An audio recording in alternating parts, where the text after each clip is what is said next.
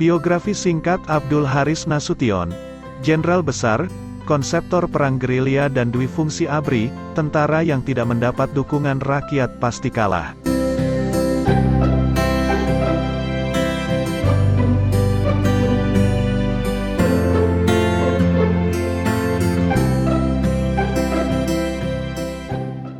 Jenderal Besar A.H. Nasution adalah sosok yang tak mungkin dilupakan oleh bangsa ini. Tokoh ini bisa tampil tegar, misalnya dalam mengambil sikap ketika kekuatan komunis merajalela, tetapi Pak Nas juga bisa menitikkan air mata ketika melepas jenazah 7 pahlawan revolusi di awal Oktober tahun 1965.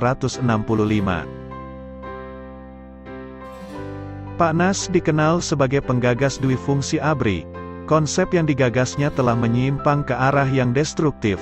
Orde Baru yang ikut didirikannya, walaupun ia hanya sesaat saja berperan di dalamnya, telah menafsirkan konsep itu dalam peran ganda militer yang sangat represif dan eksesif. Tentara tidak lagi menjadi pembela rakyat, tetapi bermain dalam lapangan politik. Selain konsepsi duifungsi ABRI, ia dikenal sebagai peletak dasar perang gerilya. Gagasan perang gerilya dituangkan dalam bukunya yang fenomenal, Strategy of Guerrilla Warfare. Selain diterjemahkan ke berbagai bahasa asing, karya itu menjadi buku wajib akademi militer di sejumlah negara, termasuk Sekolah Elit Militer Dunia, West Point, Amerika Serikat. Abdul Haris Nasution lahir tanggal 3 Desember tahun 1918, di Kota Nopan, Tapanuli Selatan, Sumatera Utara. Anak petani ini bergelut di dunia militer setelah sebelumnya sempat menjadi guru di Bengkulu dan Palembang. Tahun 1940, ketika Belanda membuka sekolah perwira cadangan bagi pemuda Indonesia, ia ikut mendaftar. Selanjutnya, ia menjadi pembantu letnan di Surabaya. Tahun 1942, ia mengalami pertempuran pertamanya saat melawan Jepang di Surabaya. Pasukannya bubar. Bersepeda, ia lari ke Bandung. Di kota ini ia bekerja sebagai pegawai pamong praja. Tidak betah dengan pekerjaan sebagai priyayi. Tahun 1943, ia masuk militer lagi dan menjadi wakil komandan barisan pelopor di Bandung. Setelah Jepang kalah perang, Nasution bersama para pemuda ekspeta mendirikan Badan Keamanan Rakyat. Karirnya langsung melesat dan Maret tahun 1946, ia diangkat menjadi Panglima Divisi 3, Priangan. Mei tahun 1946, ia dilantik Presiden Soekarno sebagai Panglima Divisi Siliwangi.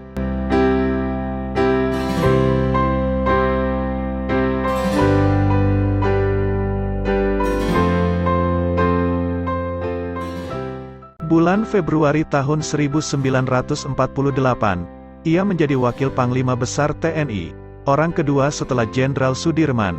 Tapi, sebulan kemudian jabatan Wapangsar dihapus dan ia ditunjuk menjadi Kepala Staf Operasi Markas Besar Angkatan Perang RI di penghujung 1949. Ia diangkat menjadi KSAD.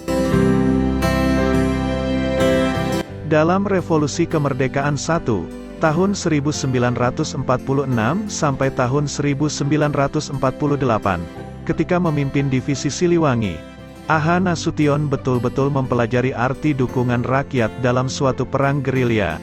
Dari sini lahir gagasannya tentang metode perang gerilya sebagai bentuk perang rakyat. Metode perang ini dengan leluasa dikembangkannya setelah Pak Nas menjadi Panglima Komando Jawa pada masa Revolusi Kemerdekaan II, tahun 1948 sampai tahun 1949. Ia menyusun Perintah Siasat Nomor 1 yang berisi juklak tentang persiapan perang gerilya. Instruksi tersebut kemudian dikenal sebagai Doktrin Pertahanan Rakyat Total. Doktrin itu sampai hari ini masih dianut militer Indonesia.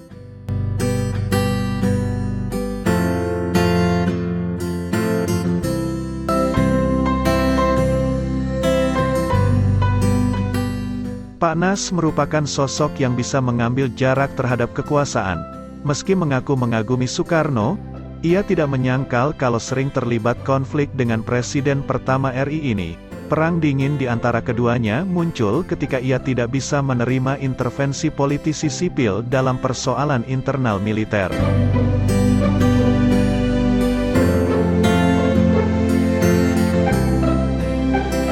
Ia lalu mengajukan petisi agar Bung Karno membubarkan parlemen. Peristiwa tanggal 17 Oktober tahun 1952, karena dianggap menekan presiden, akhirnya Pak Nas dicopot dari jabatannya. Tapi, konflik internal AD tak kunjung reda, sehingga tahun 1955 Bung Karno memberikan lagi jabatan yang sama. Hubungan keduanya pun mulai membaik. Bahkan KSAD jadi koordinator dalam pembentukan Kabinet Karya dan Kabinet Kerja. Selanjutnya, giliran Pak Nas yang menyeberang ke pentas politik. Tahun 1957, terjadi pemberontakan PRRI, Permesta. Bung Karno menyatakan SOB, negara dalam keadaan perang. Ia ditunjuk sebagai penguasa perang pusat dan pemberontakan bisa dipatahkan dengan cepat. Tapi, di konstituante, para anggota parlemen terus berdebat tentang UUD baru.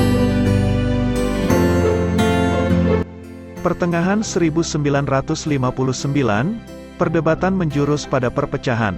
Sebagai penguasa perang, Pak Nas mengajukan gagasan pada Bung Karno untuk kembali ke Undang-Undang Dasar 1945, tanggal 5 Juli tahun 1959. Keluarlah dekret presiden yang bersejarah itu.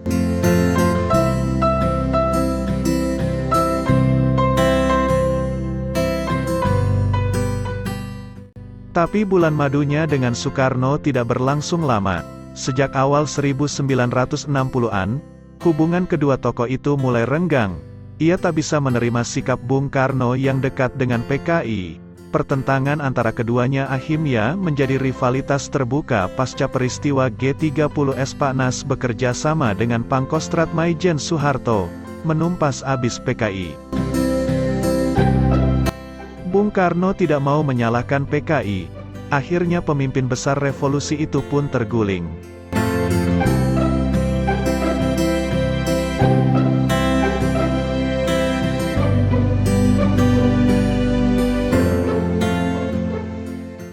Nasution nyaris menjadi korban G30S, namanya termasuk dalam daftar penculikan. Beruntung, ia dapat lolos dari kepungan, walaupun kehilangan putrinya, Ade Irma Suryani. Pak Nas memang sosok yang berani terang-terangan menentang komunis.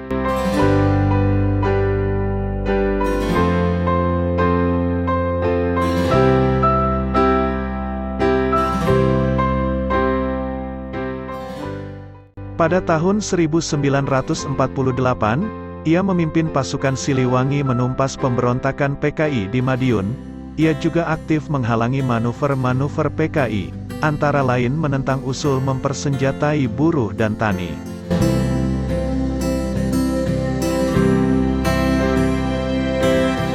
Awal pemerintahan Orde Baru, Pak Nas sempat berperan. Semula, beberapa tokoh Angkatan Darat, seperti Kemal Idris, HR Darsono, dan Sarwo Edi, mendesaknya untuk menjadi presiden.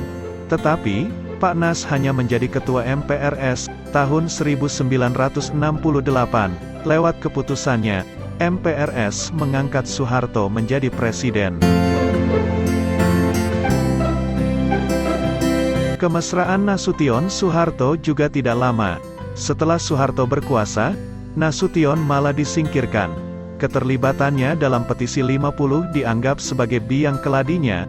Puncaknya, 1972, setelah 13 tahun memimpin angkatan bersenjata, Nasution dipensiunkan dini dari dinas militer. Sejak saat itu Nasution tersingkir dari panggung politik. Dalam masa tuanya, Pak Nas sempat dibelit persoalan hidup.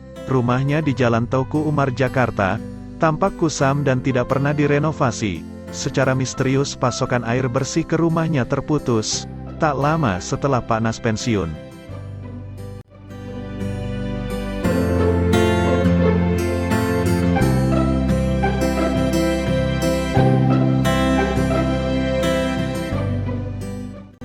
Namun, Setelah 21 tahun dikucilkan, tiba-tiba Nasution dirangkul lagi oleh Soeharto, tanggal 5 Oktober tahun 1997, bertepatan dengan Hari ABRI.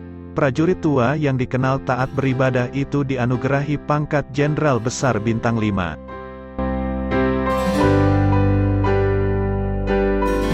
Selain Nasution, ada dua jenderal yang menyandang bintang 5 sepanjang sejarah Republik Indonesia, yaitu Sudirman dan Soeharto. Abdul Haris Nasution tutup usia di Rumah Sakit Gatot Subroto, pukul 7.30 waktu Indonesia Barat, pada tanggal 6 September tahun 2000.